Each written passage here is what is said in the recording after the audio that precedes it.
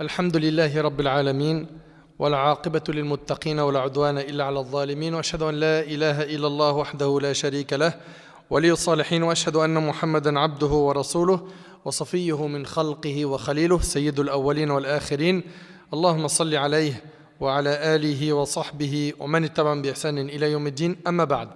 Mes chers frères et sœurs, aujourd'hui avec l'aide d'Allah Tabarak wa Ta'ala, notre thème est le comportement du prophète Muhammad sallallahu alayhi wa sallam. Le comportement du prophète Muhammad alayhi salatu wa sallam a été exceptionnel. Et malheureusement, aujourd'hui, on a trop de gens qui ne connaissent pas assez le prophète sallallahu alayhi wa sallam, qui ne l'ont pas pris pour modèle, qui ne connaissent pas grand-chose de sa vie, qui ne suivent pas sa sunna, qui ne le suivent pas dans son comportement.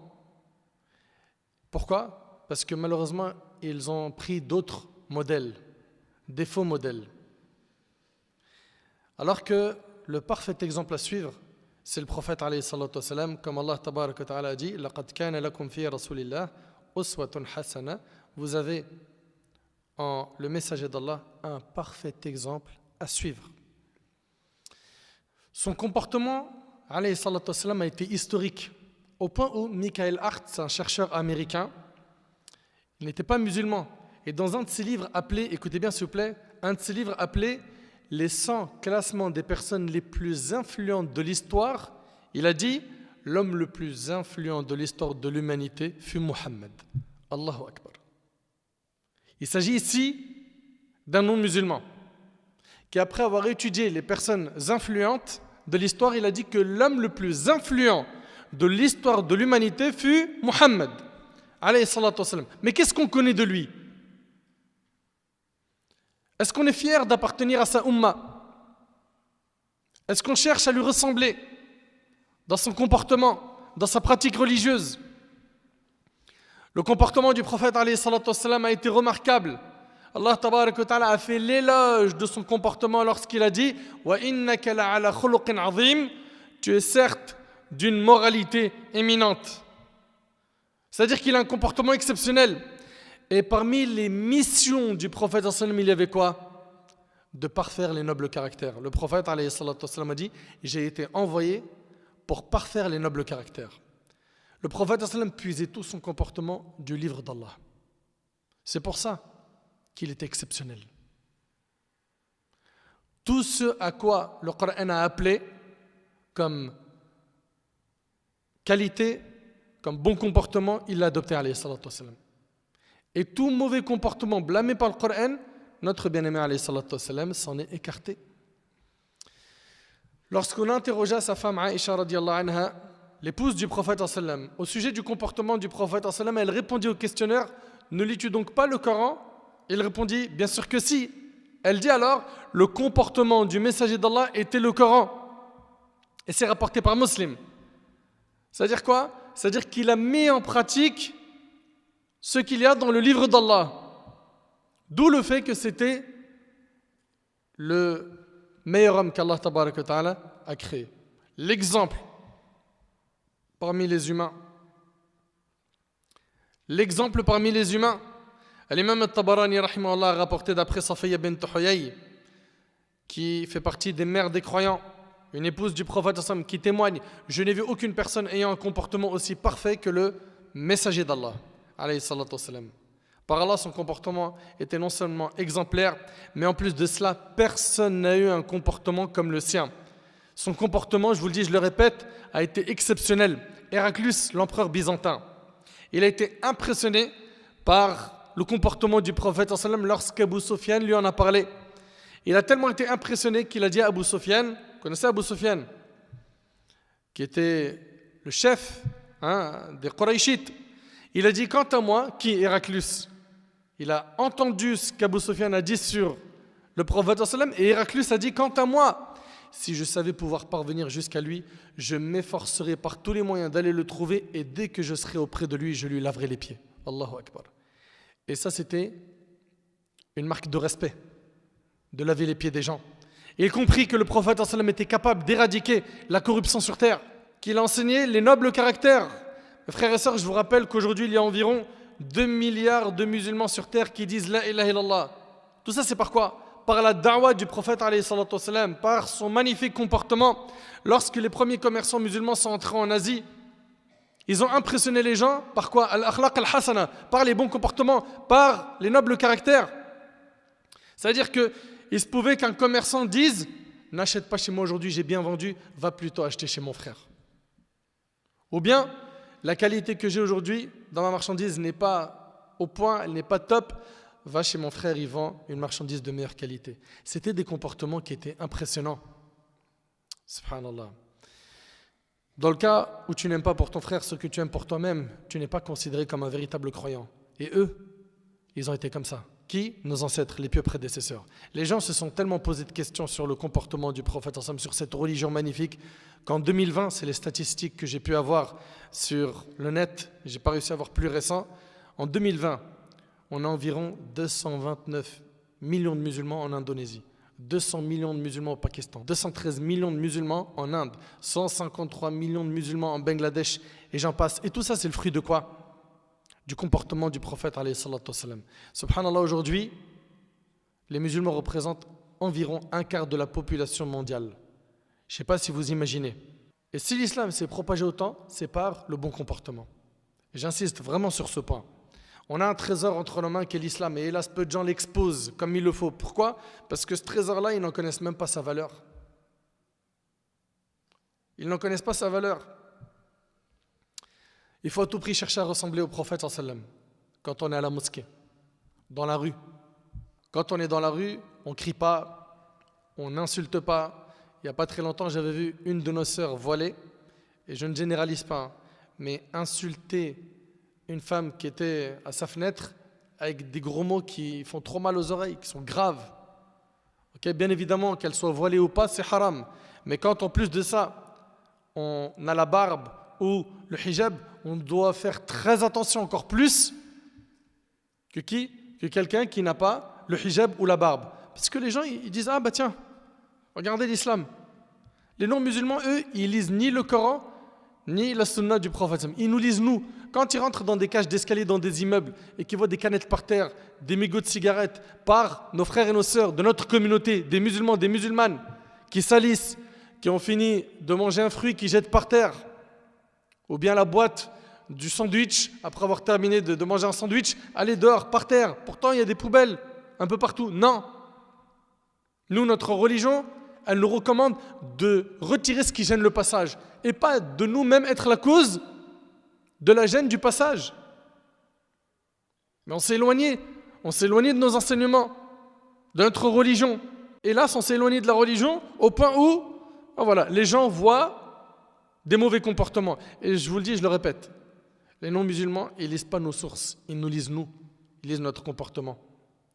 Quand ils ont affaire à un musulman qui est honnête, qui ne ment pas, qui est serviable, ben, là, eux, ils sont capables de dire « Non, moi j'ai connu des musulmans qui sont bons.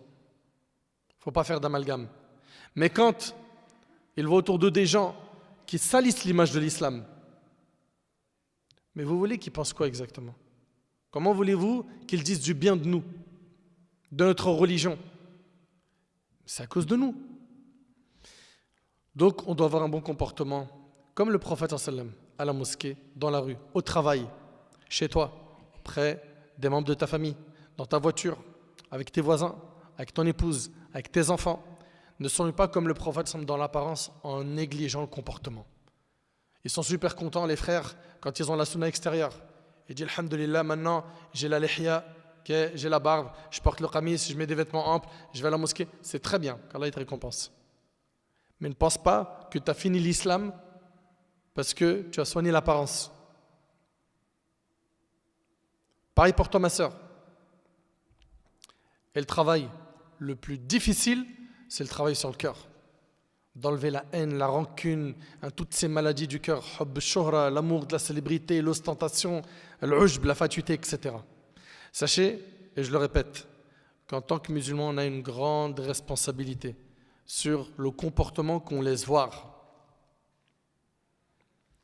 On n'a pas le droit d'être irréprochable dans la mosquée et catastrophique dehors. C'est pas normal. Le musulman, il doit avoir un bon comportement partout. Et ce thème-là, qui est le comportement du prophète, j'ai envie de le commencer. Vous savez par quoi? Par le comportement du prophète alayhi salatu wassalam, envers ses ennemis. Vous êtes d'accord avec moi que quand quelqu'un il a des ennemis, son envie souvent c'est quoi? C'est de leur faire du tort, du mal, de se venger. N'est-ce pas? Le prophète alayhi salatu wassalam, il s'est fait insulter, calomnier. On a calomnié son épouse Aïcha radiyallahu anha. On lui a acheté des pierres, on l'a combattu. Et leur rêve à l'époque, c'était de tuer le prophète alayhi salatu wassalam. Et ils ont essayé de le tuer à plusieurs reprises. Ce qui est étonnant, c'est que lorsque les polythéistes voulaient préserver leurs biens, ils les remettaient au prophète sallallahu alayhi wa sallam. C'est-à-dire qu'ils n'étaient pas d'accord avec lui, ils étaient en guerre, en conflit, mais ils savaient que c'était l'honnête, le digne de confiance. As-Sadiq al-Amin, alayhi salatu wassalam. Subhanallah. Non seulement ils n'étaient pas d'accord avec lui, mais en plus de cela, ils l'ont combattu lui et ses compagnons. Et les histoires sont nombreuses, c'est ce qu'il a subi Bilal radiyallahu anhu, la famille de Yasir, et j'en passe. L'histoire témoigne que lorsque le prophète alayhi salatu wassalam a voulu émigrer, quitter la Mecque pour aller à Médine, il a laissé Ali ibn Abi Talib radiyallahu anhu derrière lui. Vous savez pourquoi? Pour rendre les dépôts à leurs ayants droit. On lui avait confié des biens. Il a dit à Ali, toi tu restes pour rendre les dépôts. Subhanallah, il ne s'est pas dit, on est en conflit, je pars, ils m'ont fait du tort à moi et mes compagnons, allez, on prend leurs biens et on va à Médine. Non. Et ça montre l'honnêteté du prophète sallam. Ça montre à quel point il avait un excellent comportement. Concernant sa miséricorde, Allah tabaraka wa ta'ala, notre Seigneur, notre Maître, Allah nous informe que le prophète sallam était une miséricorde pour toute l'humanité. Il dit Azza wa Jal, wa ma arsalnaka illa rahmatan lil alamin. Nous ne t'avons envoyé que comme miséricorde pour l'univers. Le prophète sallam a été envoyé comme miséricorde pour l'univers. Et chaque prophète, à l'époque, il était envoyé à son peuple spécifique. Mais le prophète sallam a été envoyé pour toute l'humanité. Et notre religion, l'islam, est un message universel. Ce n'est pas un message dédié aux Arabes comme le pensent certains. Certains disent l'islam c'est la religion des Arabes. Faux. Le plus grand pourcentage de musulmans, il est en Asie. Vous vous trompez. Et puis dans notre religion, il n'y a pas de différence entre un blanc et un arabe, entre un riche et un pauvre, si ce n'est par la piété. Allah subhanahu wa ta'ala dit dans le Coran, Inna akramakum indallah atqakum. Le plus noble parmi vous est le plus pieux. Le meilleur d'entre nous, c'est qui? C'est le plus pieux. Il n'y a pas chez nous dans la mosquée, le premier rang il est réservé aux riches, les pauvres ils sont au fond. Non, ils sont mélangés. Pareil pour le pèlerinage. Quand ils font le pèlerinage, ils sont tous habillés avec le même vêtement. C'est vrai ou pas? Qu'ils soient riches ou pauvres, gouverneurs ou gouvernés. Et comment est-ce qu'ils vont se distinguer auprès de leur Seigneur? C'est par la piété, par la pureté de leur cœur, par le fait qu'ils adorent leur Seigneur comme il le faut. Sa miséricorde et son pardon furent encore plus grandioses lorsqu'il entra à la Mecque en conquérant et en victorieux. Lorsque le prophète sallam a conquis la Mecque, il est rentré avec 10 000 hommes. Et je vous rappelle que les Mecquois l'ont combattu, ils l'ont insulté, ils l'ont calomnié, ils l'ont fait énormément de tort à lui et ses compagnons. À ce moment, l'histoire s'arrêta pour examiner ce qu'allait faire Mohammed alayhi salatu wassalam de ceux qu'il avait combattus pendant 20 longues années. Ce jour-là, des musulmans pensèrent qu'il allait enfin pouvoir se venger et dire, qu'est-ce que certains musulmans disent? Ils ont dit, ce jour est un jour de lutte sanglante. C'est-à-dire aujourd'hui, le jour de la conquête de la Mecque, ça va être une tuerie. Ça va être un jour de vengeance. Le prophète alayhi salatu wassalam, il a dit non, ce jour est plutôt un jour de clémence. Et il s'agit de gens, je le répète, qui lui ont fait beaucoup de tort à lui et à ses compagnons. Ensuite, il se tint face aux vaincus en disant « Ô habitants de la Mecque, que pensez-vous que je vais faire de vous aujourd'hui ?» Je vous rappelle qu'ils lui ont fait beaucoup de tort. Et ils répondirent « Du bien, car tu es un frère généreux, fils d'un frère généreux. » Et le prophète sallallahu alayhi wa sallam reprit, il a dit « Je vais vous dire ce que Youssouf avait dit à ses frères. » Le prophète Youssouf. Vous connaissez le prophète Youssouf? Le prophète Joseph. Il a dit « Je vais vous dire ce que Youssouf avait dit à ses frères. Pas de récrimination contre vous aujourd'hui. Allez-vous-en, vous êtes libres. » Il a tout fait pour que la conquête de la Mecque se fasse de la manière la plus pacifique possible. Subhanallah. L'histoire témoigne de son comportement. Thumama ibn Uthalin était le fournisseur de grains de blé de la Mecque. Quand il s'est converti à l'islam, il a dit aux habitants de Quraysh, plus aucun grain de blé ne vous parviendra jusqu'à ce que le prophète l'autorise. Et pendant cette période, le prophète il est en conflit avec les Qurayshites. Suivez bien. Les Qurayshites demandèrent au prophète le suppliant par ses liens de parenté d'envoyer un message à Thumama afin qu'il leur envoie de quoi manger, et le prophète le fit. Donc ils sont en conflit, le prophète et Quraysh, qui ont fait du tort aux musulmans, et regardez bien, Quraysh va demander au prophète de demander à Thumama de leur envoyer des grains de blé pour qu'ils continuent à quoi? À se nourrir. Et le prophète il ne s'est pas dit on est en guerre, on ne vous donne rien, vous ne mangerez pas, mourrez de faim. Non. Il a dit à Thumama on va leur à manger. Mais qui se comporte comme ça aujourd'hui avec ses ennemis? Qui? Aïcha radhiyallahu anha, elle rapporte ce passage de la vie du prophète qui a été très douloureux pour lui, c'est lorsqu'il est parti à Taïf. Le prophète a connu beaucoup de difficultés à la Mecque, puis il quitte la Mecque et il va à Taïf. D'accord? Il va dans la ville de Taïf. Et il reste plusieurs jours à Taïf, et là-bas, il a souffert encore plus qu'à Mecca. On lui a acheté des pierres, ok? Ils lui ont envoyé des voyous pour le chasser, et le prophète alayhi salatu wassalam a enduré de grandes épreuves. Et soudainement, en levant sa tête, il a vu un nuage dont l'ombre l'enveloppa, et en regardant, il a vu l'ange Gabriel. L'ange Gabriel l'appela et lui a dit « Allah a bien entendu ce qu'a proféré ton peuple contre toi et la façon dont ils t'ont traité. Alors il t'a envoyé l'ange des montagnes. » L'ange me salua et me dit, donc ici c'est l'ange des montagnes, il a salué le prophète alayhi salatu wassalam, et il lui a dit « Oh Mohammed, Allah a bien entendu ce qu'a proféré ton peuple contre toi. Je suis l'ange des montagnes.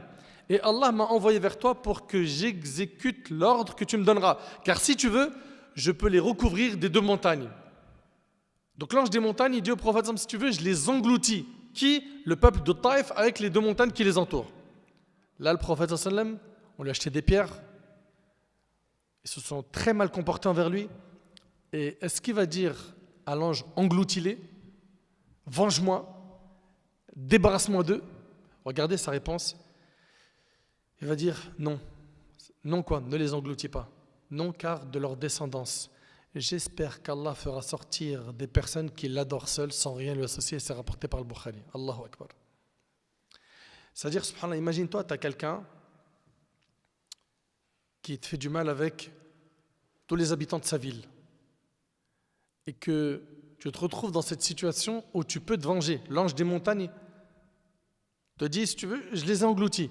Et tu lui dis non, eux ils sont peut-être mauvais, mais moi j'ai espoir en leur descendance. Peut-être que dans leur descendance, il y a des gens qui vont adorer Allah sans rien l'associer. Ne leur fais pas de mal. Allahu Akbar. Wallahi al-azim, c'est impressionnant. Et regardez avec moi le comportement du prophète en temps de guerre. En temps de guerre, de manière générale, les bons comportements sont inexistants. Il n'y a plus de principe. Le prophète, en se dirigeant vers Badr pour combattre, il avait besoin d'un grand nombre de personnes. Pendant ce temps-là, les polythéistes avaient attrapé 2 compagnons, parmi eux Hudhayfa ibn al-Yaman. Ils les ont attrapés avant qu'ils entrent à Médine. Et ils leur ont dit, si vous voulez être relâchés, ne combattez pas avec le prophète à Badr. Vous voulez qu'on vous relâche? Vous n'allez pas à Badr pour combattre avec le prophète. Une fois relâchés, ils allèrent voir le prophète et lui racontèrent ce qui s'était passé. Après qu'ils aient terminé de raconter leur histoire au prophète, le prophète il leur a dit, respectez votre engagement, ne venez pas avec moi et je demanderai à Allah son soutien. Respectez votre engagement, ne venez pas avec moi, mais franchement, qui réagit aujourd'hui comme ça? En temps de guerre, respectez votre engagement. Aujourd'hui, si une telle chose se produit, qu'est-ce qui va être dit? Qu'est-ce que vous allez respecter votre engagement? Allez, venez avec nous, on a besoin de vous dans l'armée. Mais le prophète il a dit, respectez votre engagement et je demanderai à Allah son soutien. Allahu Akbar. Le prophète il a fait ça alors qu'il avait grand besoin de beaucoup de monde avec lui dans l'armée. Subhanallah. L'homme qui a tué la fille du prophète Zainab, elle fut jetée du haut d'une monture pendant l'émigration. Suite à cela, elle décéda. Cet homme s'appelait Aswad. Plus tard, il embrassa l'islam. Il est parti voir le prophète. Le prophète, il a accepté sa conversion et il lui a pardonné. Le prophète, alayhi salatu wassalam, et j'aimerais que vous méditez sur ce qui arrive, il a invoqué Allah pour Omar, qui était un ennemi de l'islam. Mais il a également invoqué pour qu'Allah guide qui? Abu Jahl. Écoutez avec moi ce hadith. At-Tirmidhi, rahimallah, il rapporte avec une chaîne de transmission authentique selon Abdullah ibn Umar radiyallahu anhu, le prophète a dit: Oh Allah, fais triompher l'islam par celui que tu aimes le plus parmi ces deux hommes, Omar ibn Khattab ou Abu al-Hakam, Amr ibn Hisham, c'est-à-dire Abu Jahl. T'imagines que le prophète il fait dua pour qu'Allah guide Abu Jahl ou Omar ibn Khattab? Mais c'est impressionnant. C'est-à-dire qu'ici, il s'agit d'ennemis et le prophète il va faire dua pour eux. Mais on n'a pas ce réflexe. Nous, quand on voit des gens qui sont mauvais ou qui parfois ils vont faire du tort à la Ummah, la première chose c'est qu'Allah le maudisse, qu'Allah l'extermine. Alors que le prophète, quand on regarde dans sa sunna, effectivement, il lui est arrivé de maudire des gens. Mais quand on regarde dans la globalité de sa vie, est-ce qu'il a plus maudit que faire des du'as pour qu'Allah guide les gens? Il a plus demandé à Allah subhanahu wa ta'ala de guider les gens que de les maudire. Regardez, At-Tufayl ibn Amr al-Dawsi, il va appeler son peuple à l'islam, puis après il va voir le prophète sallallahu alayhi wa sallam, il lui dit: Daws a péri, maudis-les. Et le prophète sallallahu alayhi wa sallam, il dit: Allah mahdi Daws wa'ti bihim. Allah guide Daws et ramène-les vers nous. Thaqif, maudis-les. Il dit: Allah guide Thaqif et ramène-les vers nous. Vous voyez? On lui dit: maudit Thaqif. Il dit: oh Allah guide Thaqif et ramène-les vers nous. Et regardez dans ce hadith qui est rapporté par Bukhari et Muslim, subhanallah. Il est vraiment impressionnant, wallahi. C'est Ibn Mas'ud radiyallahu anhu, il a dit: je revois encore le messager d'Allah alayhi sallam nous raconter l'histoire d'un prophète parmi les prophètes, que la paix soit sur eux tous. Son peuple l'avait frappé. Donc il y avait un prophète qui a été frappé au point de le faire saigner. Et en essuyant le sang de son visage, regardez ce qu'il dit le prophète. Il disait: oh Allah, pardonne à mon peuple car ils ne savent pas. Allahumma ighfir li qawmi fa innahum la ya'lamun. Ça c'est l'éducation des prophètes. Vous suivez? Subhanallah. Allahumma ighfir li qawmi fa innahum la ya'lamun. Et d'ailleurs, je tiens à signaler une chose. Nous aujourd'hui, on fait partie du décor de ce pays. Je dis nous les musulmans. Nos parents, quand ils sont venus il y a quelques années, beaucoup d'entre eux, ils pensaient qu'ils allaient travailler un petit peu et retourner au bled. Et ils avaient l'intention de faire ça. C'est vrai ou pas?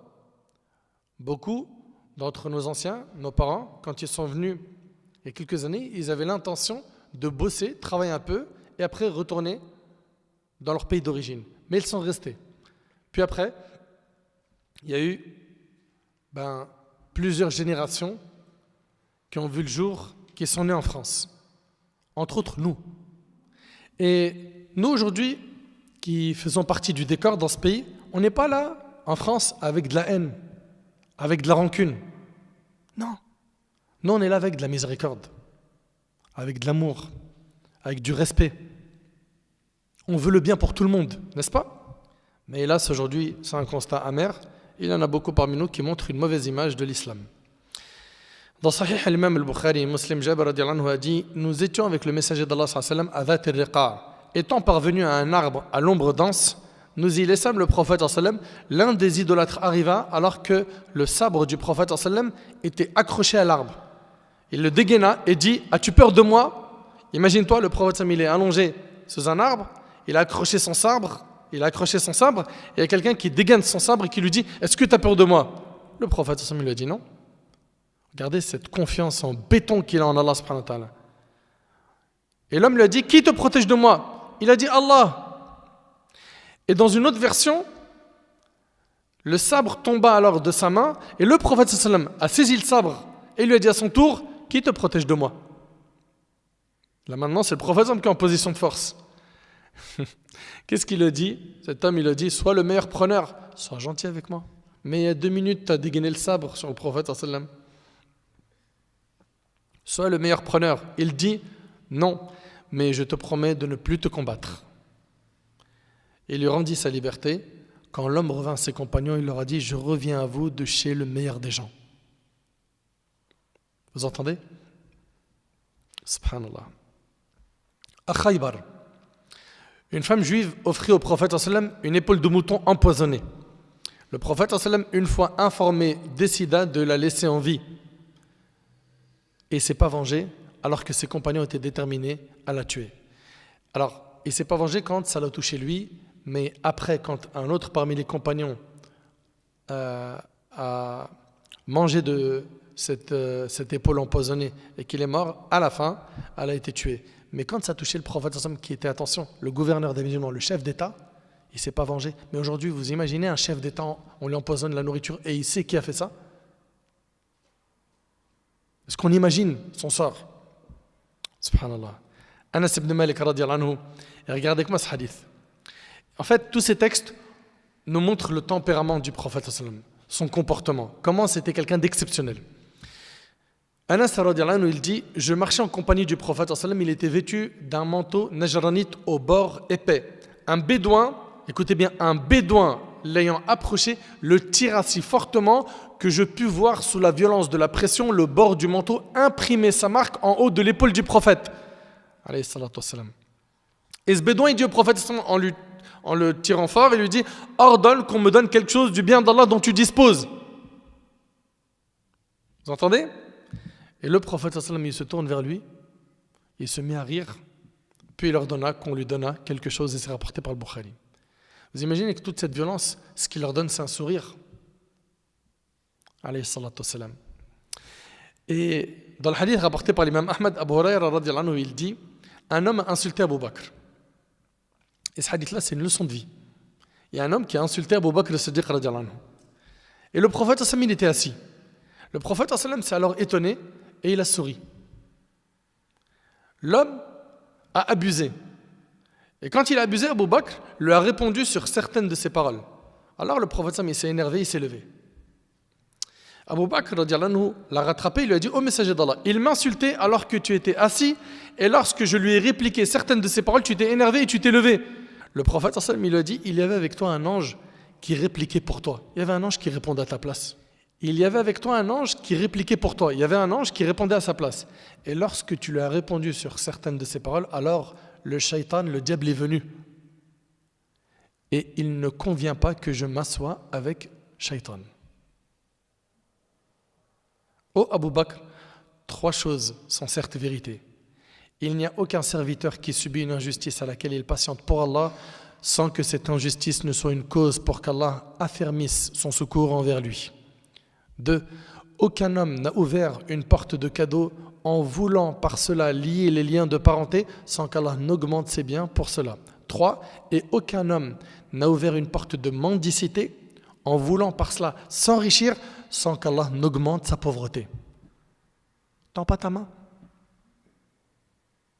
Tends pas ta main. Le prophète sallallahu nous a même enseigné que la main qui donne est meilleure que la main qui reçoit. Et il a éduqué les compagnons à s'assumer financièrement. Ils allaient au marché, travailler. Je vous rappelle que le comportement du prophète sallallahu il a été historique. Aujourd'hui, malheureusement, on cherche à acquérir de nobles valeurs, un excellent comportement en s'écartant du meilleur modèle qu'Allah il a envoyé. Le prophète Mohammed sallallahu le premier à avoir appelé au bon comportement avec les enfants, avant même l'UNICEF, fut le prophète sallallahu. Le premier à avoir appelé au bon comportement envers les prisonniers, avant même les conventions de Genève, fut le prophète sallallahu. Le premier à avoir appelé au bon comportement envers les femmes, avant le mouvement de libération des femmes, fut le prophète sallallahu. Le premier à avoir appelé aux droits de l'homme, avant même la déclaration des droits de l'homme et du citoyen en 1789, fut le prophète sallallahu. Le premier à avoir recommandé la libération des esclaves avant la déclaration universelle des droits de l'homme en 1945 à New York, fut le prophète sallallahu. Le premier à appeler aux droits des animaux avant même l'association Greenpeace et WWF fut le prophète sallallahu. C'est notre exemple. Et la question est-ce qu'on connaît tous ces textes et est-ce qu'on a cherché à être comme lui? Il s'agit de notre exemple. Est-ce qu'on a cherché à lui ressembler dans le comportement? Regardez comment il était envers les non-musulmans. Alayhi salatu wassalam. Il était juste et équitable. Lorsqu'il arrivait à Médine, il a rédigé, comme vous le savez, dites-moi, un pacte avec les Juifs. Et dans ce pacte, il y avait quoi? Qu'ils avaient à se gérer économiquement, qu'ils avaient la liberté de culte, et le vivre ensemble existait depuis le Nabi alayhi salatu wassalam. Nous, on sait très bien comment vivre avec des concitoyens qui ne sont pas musulmans. Ok? Et on a un respect pour ceux qui nous entourent. Peu importe leur religion, n'est-ce pas? Nous respectons nos concitoyens et on n'a aucun problème avec le vivre ensemble. Anas ibn Malik rapporte qu'un garçon juif au service du prophète tomba malade. Et le prophète, il va le visiter. C'est un enfant juif qui tombe malade. Et le prophète, il va le visiter. Il va prendre de ses nouvelles. Ils entrèrent chez lui, donc le prophète et les compagnons, pendant que son père était assis à son chevet. Le prophète, il lui dit de dire la parole du tawhid, la ilaha illallah, afin d'intercéder en sa faveur le jour du jugement. Le garçon se mit à observer son père, l'air de dire « Papa, qu'est-ce que je fais ?» Et son père lui dit « Ati' Abul Qasim, obéis à Abul Qasim ». Suite à quoi, il a prononcé l'attestation de foi et le prophète a été heureux en disant « Louange à Allah qui l'a sauvé du feu de la géhenne » et c'est rapporté par l'imam al-Bukhari. Le prophète il respectait énormément les femmes, au point qu'il a fait une guerre pour défendre une femme qui avait été humiliée. Une femme qui a été humiliée, il a levé une armée pour elle. Je ne sais pas si vous réalisez. Il n'a jamais levé sa main sur une femme, ni sur un de ses esclaves, ni sur un enfant. Il écoutait attentivement le problème des femmes, alors qu'il avait une grande responsabilité sur les épaules, celle de la Ummah. Son comportement, je le dis, je le répète, envers les femmes, était vraiment impressionnant. Il se distinguait par une intense sensibilité et douceur. Le prophète, il aidait son épouse dans les tâches ménagères. Al-Aswad demanda à Aïcha, la femme du prophète, comment se comportait le prophète au sein de sa famille. Elle répondit, écoutez bien, il m'aidait dans les tâches ménagères et lorsque retentissait l'appel à la prière, il allait à la mosquée pour l'accomplir. Et c'est rapporté par le Bukhari. Subhanallah. Ça montre que le prophète aidait sa famille dans les travaux ménagers. Contrairement à ce que pensent certains qui supposent que la participation de l'homme au ménage l'humilie et lui fait honte. Au contraire, cette coopération engendre harmonie et affection entre les deux époux. Il était très fidèle, alayhi salatu wassalam. La fidélité du prophète envers son épouse Khadija, sa première épouse, radiyallahu anha, sa fidélité se perpétua jusqu'à sa mort. Anas dit, lorsqu'un cadeau était offert au prophète, il disait « Faites-le parvenir à cette femme, car elle était une amie de Khadija. » Subhanallah. Et c'est rapporté par Tabarani. Quand on lui a dit « Quelle est la personne que tu aimes le plus ?» Tout de suite, il a dit quoi? Aïcha. Lorsqu'on questionna le prophète sur la personne qu'il aimait le plus, il a dit Aïcha, son épouse. Et c'est rapporté par le Bukhari. Et il connaissait bien ses épouses au plus petit détail. Regardez dans ce hadith-là qui est rapporté par l'imam al-Bukhari selon Aïcha. Le prophète il a dit à Aïcha, son épouse, je sais lorsque tu es en colère contre moi et lorsque tu es satisfaite de moi. Elle lui a dit, et comment sais-tu cela au messager d'Allah? Il dit, lorsque tu es satisfaite, tu dis, je jure par le Seigneur de Muhammad. Et lorsque tu es en colère, tu dis, je jure par le Seigneur d'Ibrahim. Subhanallah. Elle acquiesça et dit, je jure par Allah au messager d'Allah, je renonce seulement à prononcer ton nom en état de colère. Ça montre quoi? Cette complicité, cette relation, comment dirais-je, fusionnelle. On y voit ici que le prophète, il connaît ses épouses dans les moindres détails, qu'il y avait une proximité entre eux. Des femmes venaient voir les femmes du prophète pour se plaindre du mauvais comportement de leur mari. Et regardez ce qu'il disait le prophète, alayhi salatu wassalam. Il dit, de nombreuses femmes se sont présentées chez la famille de Mohammed pour se plaindre de leur mari. Sachez donc qu'ils ne sont en aucun cas les meilleurs d'entre vous. Ce n'est pas eux les meilleurs, ceux qui font que leurs femmes se plaignent d'eux. Et le hadith il est rapporté par Abu Daoud. Et d'après Abu Hurayra, le hadith il est chez l'imam al-Tirmidhi, le prophète a dit, les croyants ayant la foi la plus parfaite sont ceux qui ont le meilleur comportement et les meilleurs d'entre vous sont les meilleurs avec leurs femmes. Vous entendez? Et selon Thawban, le prophète alayhi salatu wassalam, a dit le meilleur dinar que dépense l'homme est celui qu'il dépense pour sa famille. Vous entendez? C'est-à-dire la meilleure dépense financière que tu fais, c'est celle que tu fais pour ta famille. Celui qu'il dépense pour sa monture consacrée au service d'Allah et celui qu'il dépense pour ses compagnons au service d'Allah rapporté par Muslim. Et on entend par famille, bien sûr, sa femme et ses enfants. Et selon Ibn Abbas, le prophète sallam, il a dit l'homme qui donne de l'eau à boire à son épouse est récompensé. Et c'est rapporté par Ahmed. Et Al-Arbad ibn Sariya, c'est un compagnon du prophète sallam, après avoir entendu ce hadith, il allait voir sa femme, lui donner à boire et l'informa de ce qu'il avait entendu du messager d'Allah. Et le prophète sallam, il a dit même que la bouchée de nourriture que tu mets dans la bouche de ta femme, tu as des récompenses. Subhanallah. Et d'après Aïcha radiyallahu anha, elle dit j'accompagnais le prophète sallam dans un de ses voyages alors que j'étais encore une jeune fille mince. Puis le prophète sallam, dit aux gens avancez. Ils avancèrent, puis il m'a dit viens faire la course avec moi. T'imagines un peu? Je ne sais pas si tu réalises. Le prophète sallam qui trouve du temps pour un divertissement bien encadré, pour un moment de détente avec son épouse. Je ne sais pas si on réalise. Lui qui était le chef des musulmans, l'imam, celui qui enseigne aux gens, celui qui répond aux questions, il trouve du temps pour dire à sa femme, viens on fait une course. Et aujourd'hui, il y a des gens qui se marient et qui, en rentrant de plus en plus dans le din, dans la pratique religieuse, ça y coupe tout loisir et tout divertissement bien cadré. Avec son épouse, avec sa famille, avec ses enfants. Pourquoi? Pour quelle raison? Je me souviens même que j'avais reçu un coup de fil. Franchement, ça m'avait trop choqué.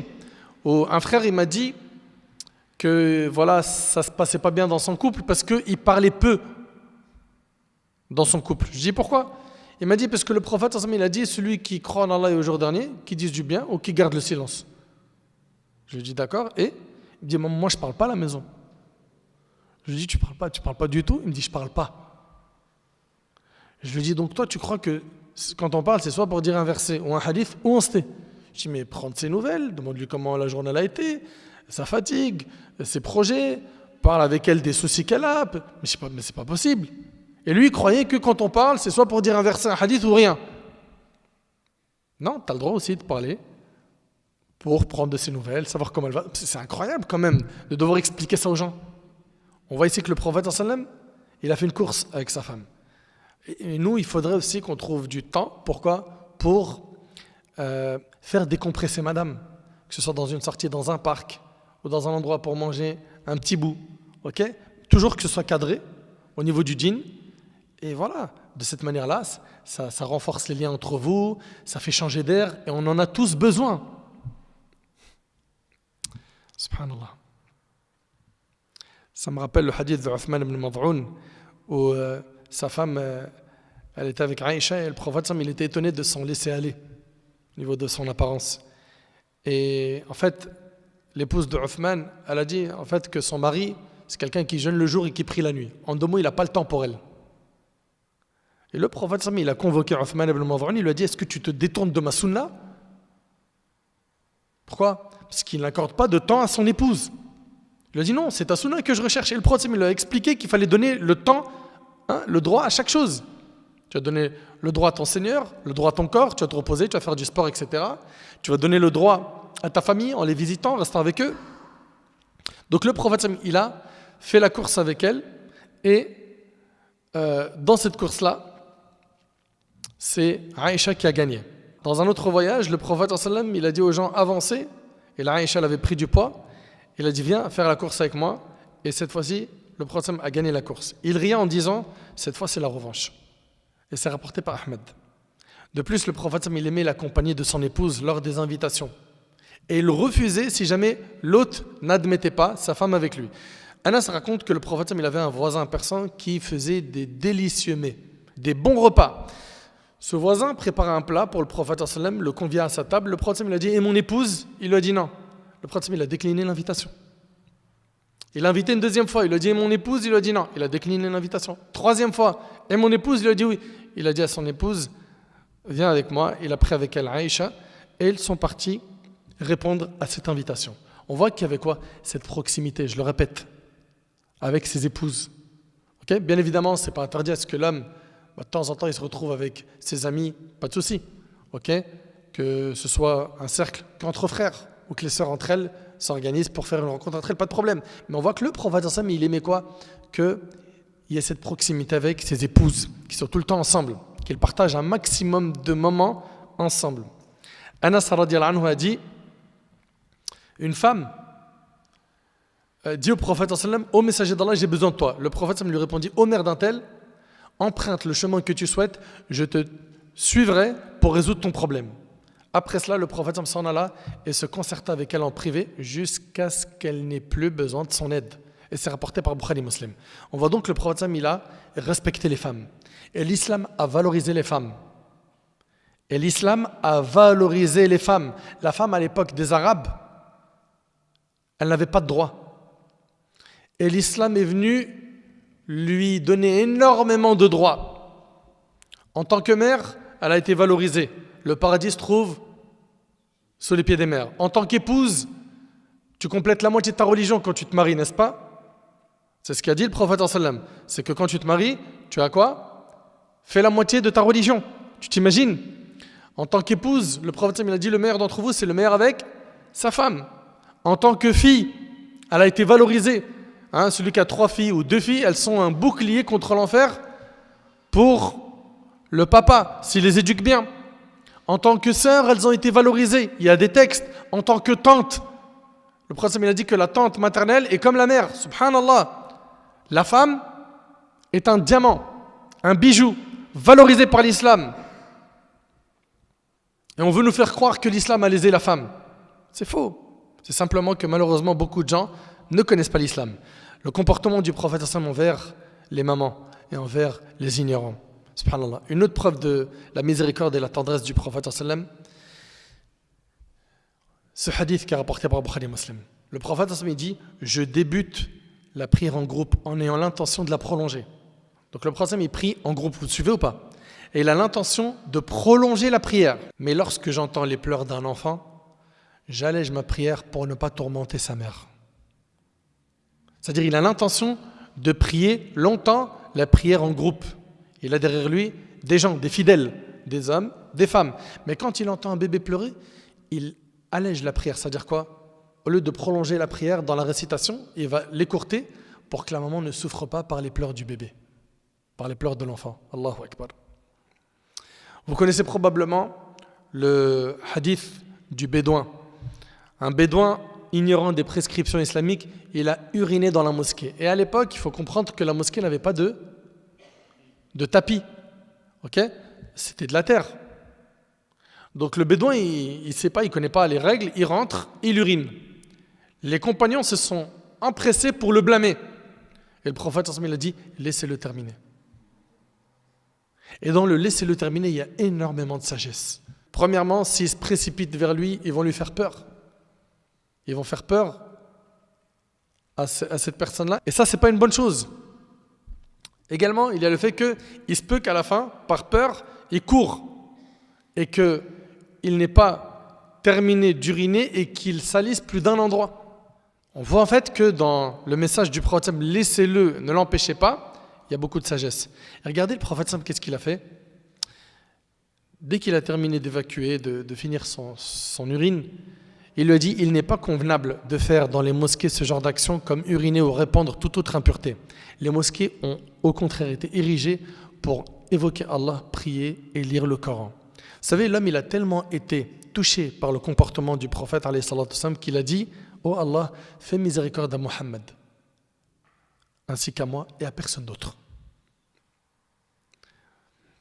Et le prophète m'a dit, Allah ne m'a pas envoyé aux gens pour leur rendre la vie difficile ou pour souhaiter leur perte. Allah m'a plutôt envoyé en tant qu'enseignant et pour rendre aux gens la vie facile rapportée par Muslim. Nous, on a comme objectif de faciliter les choses pour les gens. Ok? De ramener les gens vers la vérité avec un bon comportement, avec sagesse et de ne pas faire fuir. Malheureusement, il y a trop de gens qui font fuir. Il y a trop de gens parmi nous, malheureusement, qui font fuir. Au lieu de rendre les choses faciles, il complique tout. La sœur de lait du prophète sallam, Shaima, la fille de Halima Sa'diya, elle le retrouva après environ 60 ans. Il l'a honoré, il lui a fait des cadeaux. Comment il était avec les enfants? Regardez avec moi, méditez avec moi sur ce hadith qui est vraiment impressionnant. Sahl ibn Sa'ad, il rapporte que le prophète a reçu quelque chose à boire. Il en but et à sa droite se trouvait un jeune homme. Ce jeune homme, c'était Abdullah ibn Abbas. Et à sa gauche, des personnes âgées. Il dit au jeune homme, me permets-tu de donner d'abord à boire à ceux-ci? Vous savez que il est recommandé quand on va servir un récipient ou quelque chose, on commence par la droite. Ok? À droite, il y a Abdullah ibn Abbas qui est jeune. D'accord? C'est un jeune homme. Et à gauche, il y a des personnes âgées. Normalement, ici, le prophète, il commence par qui? Par sa droite, on est d'accord ou pas? Mais le prophète, il voit Ibn Abbas, puis il voit ici des compagnons qui sont d'un certain âge, et il demande la permission à Ibn Abbas, est-ce que tu m'autorises à leur donner à boire eux d'abord? Je ne sais pas si vous réalisez. Le prophète, il lui demande la permission, est-ce que tu m'autorises à leur donner à boire à eux d'abord? Franchement, entre nous, qui aujourd'hui se comporte comme ça avec nos jeunes? Vous imaginez la considération que le prophète lui a donnée, le respect qu'il lui a donné, alayhi salatu wassalam. Et regardez, subhanallah, Ibn Abbas, il a dit, non, par Allah, jamais je ne laisserai à quelqu'un l'honneur de boire après toi. Le prophète sallam lui a mis le récipient entre ses mains. Et c'est rapporté par Bukhari Muslim. Franchement, qu'est-ce qu'un adulte aujourd'hui leur aurait fait? Bon, toi, à la fin, Rakzrir, t'es petite, commence pas, hein. Eux d'abord, s'ils restent, on te donne quelque chose. Regardez, subhanallah, le prophète sallam, impressionnant. Il lui demande son avis, est-ce qu'il peut donner à gauche d'abord ou pas? Puis après, il respecte la volonté du jeune. Il ne lui a pas dit, bon, tu veux toi d'abord? Non, eux d'abord, après, de toute façon, t'es petit, tu ne comprends pas. C'est pas ce qu'il a fait, alayhi salatu wassalam. Est-ce qu'on se comporte comme ça aujourd'hui avec les jeunes? Il était doux envers les enfants. Anas ibn Malik, il a été à son service pendant 10 ans. Et Anas, il dit, regardez, il dit, jamais il ne me dit fille par mépris, ni ne me dit pour une chose que j'avais faite, pourquoi est-ce que tu as fait cela? Ni pour une chose que je n'avais pas faite, pourquoi n'as-tu pas fait ainsi? Et c'est rapporté par Bukhari Muslim. Vous imaginez cette situation, un enfant, il est proche du prophète pendant 10 ans, il lui fait aucun reproche. Mais toi, un enfant, il reste chez toi 1 heure à la maison, tu es obligé de lui dire touche pas à ça, arrête ça, pourquoi tu as fait ça? Pourquoi tu n'as pas fait ça? C'est vrai ou pas? 10 ans, il était au service du prophète, le prophète, il n'a pas fait de blâme, de reproche. Allahu Akbar. Mais ça montre à quel point il était doux. Subhanallah. Anas ibn Malik, il dit, je n'ai vu personne faire autant preuve de compassion envers les enfants si ce n'est le messager d'Allah. À ce propos, Ibrahim, le fils du prophète, était allaité dans une maison des hauteurs de Médine. Le prophète, il avait l'habitude d'aller le voir en notre compagnie. En entrant dans la maison, il prenait Ibrahim, son fils, il l'embrassait, ensuite il s'en allait. Et c'est rapporté par Muslim. L'élément prouvant la douceur qu'il portait aux enfants est qu'il allait jusqu'au village situé sur les hauteurs de Médine pour embrasser son fils Ibrahim, qui complétait son allaitement et repartait après. C'est impressionnant. Et lorsque Ibrahim, son fils, mourut, le prophète sallam, il a pleuré. Et qu'est-ce qu'il a dit? Les yeux versent leurs larmes, le cœur est meurtri de tristesse, mais malgré cela, nous ne prononçons que ce qui plaît à notre Seigneur. Certainement, nous sommes tristes de devoir te quitter, ô Ibrahim, et c'est rapporté par Bukhari Muslim. Des Bédouins sont venus voir le prophète sallam, ils lui ont dit, embrassez-vous vos enfants? Les gens répondirent, oui. Ensuite, ils ajoutèrent, nous jurons par Allah que nous n'embrassons jamais nos enfants. Le prophète sallam, il leur a dit, que puis-je pour vous si Allah ne vous a pas pourvu de miséricorde? Et c'est rapporté par Muslim. Et d'après Anas radhiyallahu anhu, le prophète sallam, rendait visite aux habitants de Médine, il saluait leurs enfants et passait sa main sur leur tête par affection, rapporté par Nasaï. Il salue les enfants quand il les voit. Écoutez bien, il passe sa main sur leur tête. Subhanallah. Il était tendre avec les enfants, et il lui arrivait même de plaisanter avec eux.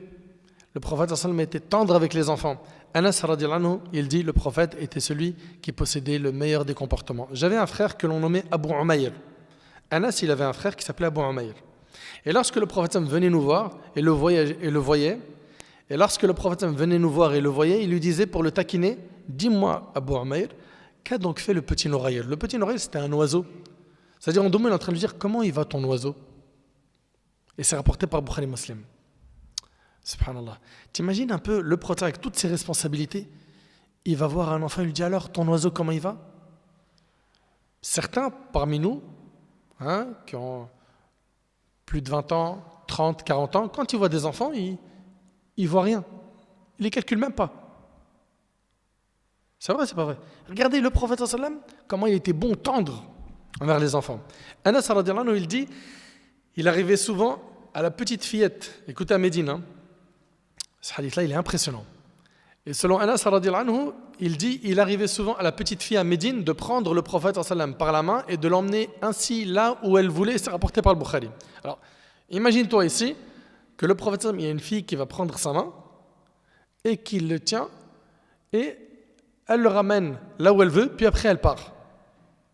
Mais déjà, toi, si une petite fille, elle te prend la main, elle te dit, viens avec moi, tu vas lui dire, attends, Benti, tu veux aller où? Allez, va jouer avec les enfants, va Benti. Rabbi Havdik. Ça, c'est dans le meilleur des mondes. C'est vrai ou pas? Et là, le prophète, elle lui prend la main, il l'accompagne là où elle voulait. Ça montre son immense modestie. Et le prophète, ça m'a dit, celui qui agit avec modestie verra Allah élever son rang. Et le prophète, ça m'a dit, celui qui agit avec modestie verra Allah élever son rang jusqu'à ce qu'il atteigne le rang le plus élevé dans l'au-delà. Quant au prophète, ça m'a avec les animaux, subhanallah, son comportement était exemplaire. Il a dit, alayhi salatu wassalam, il n'y a pas un moineau ou un animal plus gros que l'homme ne tue sans excuse, sans qu'Allah ne lui demande des comptes le jour du jugement au sujet de ce qu'il a tué.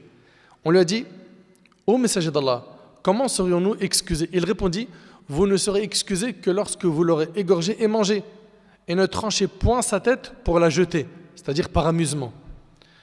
Et il a dit aussi, ne prenez aucun être vivant pour cible. À l'époque, il arrivait que certains prennent des flèches et visent un animal, sans vouloir le manger derrière. Okay? Il arrive même dans certaines noblettes, moi en tout cas je l'ai vu avec certains de mes cousins, je l'ai vu de mes yeux, ils visent les chats avec des pierres. Et c'est un challenge, je vais le faire crier le chat. Regarde, t'as vu comment il est loin? Admire, et la nuit, il lui jette un caillou et t'entends le chat crier hyper fort. Et ils sont contents. Et lui croise un mail, il a la cote. Je te dis ou pas, je gère. T'es fou? C'est contre l'islam ce que t'as fait. C'est contre l'islam. On n'a pas le droit de faire du tort aux animaux. C'est interdit. Le prophète, il a même dit, pour le sacrifice d'une bête, que la lame devait être bien aiguisée. Pourquoi? Pour que la bête ne souffre pas. Également, il ne nous est pas permis de montrer la lame ou le couteau à la bête qu'on va sacrifier, parce qu'elle va avoir peur. Retenez ici que notre religion a demandé à ce qu'on soit bienfaisant envers les animaux. On sait que dans les récits que le prophète il nous a enseignés, une femme qui était parmi les prostituées des enfants d'Israël, elle a vu un chien mourant de soif et tourner autour d'un puits.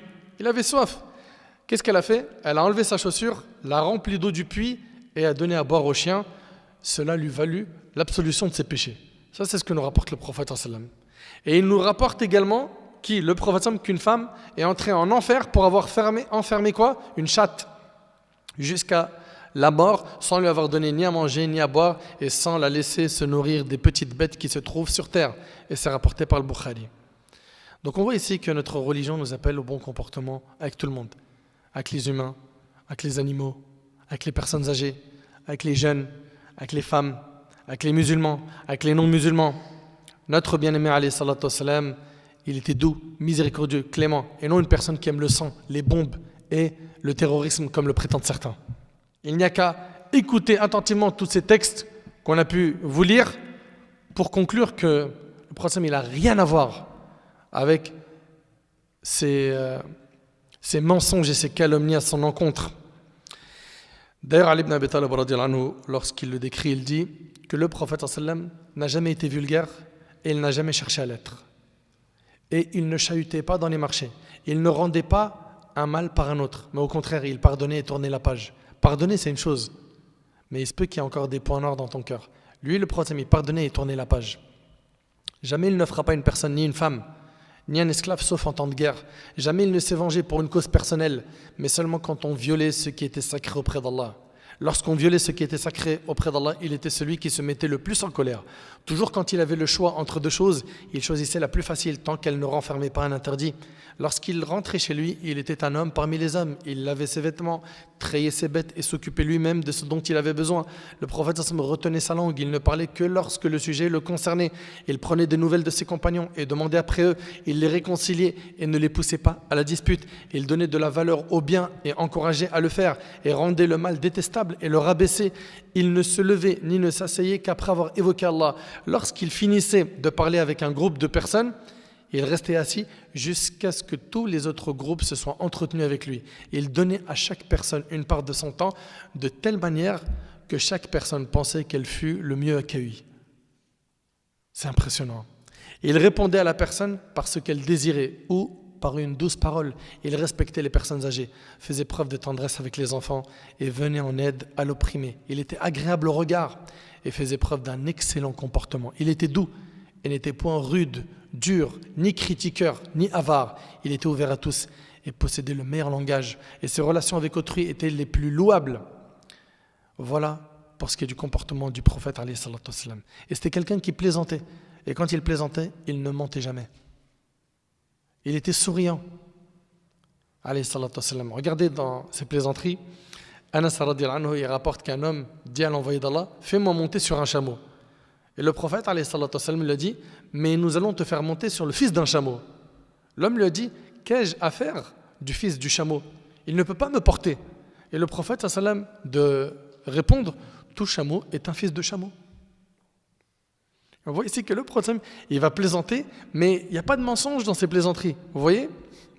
Concernant les non-musulmans, ce qu'ils ont dit sur lui, Voltaire. Vous connaissez Voltaire, écrivain, philosophe du XVIIIe siècle.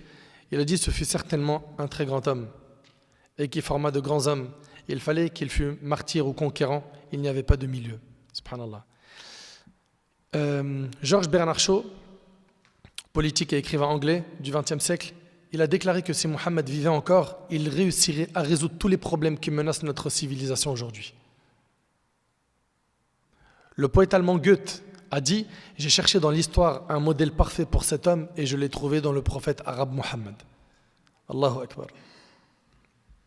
Et il a dit « Si Mohammed était présent parmi nous aujourd'hui, il résoudrait certainement tous les problèmes du monde pendant le laps de temps pendant lequel l'un de nous prend une tasse de café. » Georges Bernard Shaw dit « Il mérite le titre de sauveur de l'humanité. » Après avoir entendu tout cela, est-ce qu'on va faire le nécessaire pour nous rapprocher du comportement du prophète alayhi salatu wassalam? Chacun d'entre nous connaît ses faiblesses, ses manquements. C'est vrai ou pas? Chacun connaît les maladies de son cœur. Est-ce qu'on va faire le nécessaire pour évoluer, être meilleur? Le prophète sallam, il a insisté sur le comportement. Il nous a dit que la chose qui pèsera le plus lourd dans la balance le jour du jugement, c'est quoi? C'est le bon comportement. Il a dit, alayhi salatu wassalam, ceux d'entre vous que j'aime le plus et qui seront assis le plus près de moi le jour du jugement sont ceux d'entre vous qui jouissent de la meilleure moralité. Ceux qui seront le plus proches du prophète le jour du jugement, alayhi salatu wassalam, et que le prophète aime le plus, c'est ceux qui ont la meilleure moralité. Et il a dit également, le croyant atteint sûrement par sa bonne moralité et son affabilité le degré de celui qui jeûne toute l'année. Avec ton comportement, tu peux gagner le degré de celui qui jeûne toute l'année et passe toutes ses nuits à prier et à évoquer Allah. Et c'est rapporté par Abu Daoud. Et on a dit au prophète sallam, telle femme prie, fait l'aumône et jeûne beaucoup. Bien sûr, c'est des actes surrogatoires. Cependant, elle porte atteinte à ses voisins par la parole. Il a dit, elle ira en enfer. Il a dit, elle ira en enfer. Subhanallah. Elle fait beaucoup d'adoration, mais elle a un mauvais comportement avec ses voisins. Il a dit, elle va en enfer. On lui a dit, telle autre femme prie et jeûne peu et ne donne comme aumône que des morceaux de lait caillé, mais elle ne fait aucun tort à ses voisins. Il a dit, elle ira au paradis. Et le hadith, il est rapporté par Ahmed. Et le prophète, il nous a parlé de ceux qui vont faire faillite le jour du jugement. Ceux qui vont faire faillite ne sont pas ceux qui ont perdu leur argent et leurs biens. Non, c'est ceux qui vont venir le jour du jugement. Ils ont prié, ils ont jeûné, ils ont fait l'aumône, ils ont fait plein de bonnes actions. Mais à côté de ça, ils ont fait quoi? Des injustices, du tort aux gens. Ils ont insulté des gens, ils ont frappé des gens, ils ont pris les biens de certains injustements. Qu'est-ce qui va se passer? Ils vont devoir réparer ces injustices commises avec leurs bonnes actions. Ils vont rembourser avec leurs bonnes actions. Et si jamais en remboursant les victimes, il n'a plus de bonnes actions, on prendra à ce moment-là les péchés des victimes pour les mettre dans son compte, puis il sera jeté en enfer. Faites attention de ne pas faire faillite le jour du jugement. Vous allez faire beaucoup de bonnes actions, mais vous allez faire également beaucoup de tort. Celui qui ne se repent pas de ces injustices commises, il risque de devoir rembourser avec ses bonnes actions le jour du jugement. Voilà donc mes frères ainsi que vous mes sœurs, succinctement, ce que j'avais à vous présenter concernant le comportement du prophète alayhi salatu wassalam. On aurait pu parler pendant longtemps. C'est un sujet qui mérite un séminaire de plusieurs jours, mais on voulait en à peu près 1 heure vous donner des grandes lignes pour que vous voyez à quel point notre bien-aimé alayhi salatu wassalam était quelqu'un d'exceptionnel, et surtout qu'on fasse le nécessaire pour nous réformer et d'améliorer notre comportement. Je demande à Allah subhanahu wa ta'ala de me faciliter ainsi qu'à vous de mettre en pratique ce qui a été dit aujourd'hui. J'implore Allah subhanahu wa ta'ala d'améliorer notre comportement, de nous pardonner nos manquements. J'implore Allah subhanahu wa ta'ala de nous accorder une bonne compréhension de sa religion. صلى الله سبحانه وتعالى أن ينفعني بما قلت وينفعكم بما سمعتم. هذا ما أعلم والله عز وجل أعلى وأعلم. سبحانك اللهم وبحمدك أشهد أن لا إله إلا أنت أستغفرك وأتوب إليك وآخر دعوانا الحمد لله رب العالمين.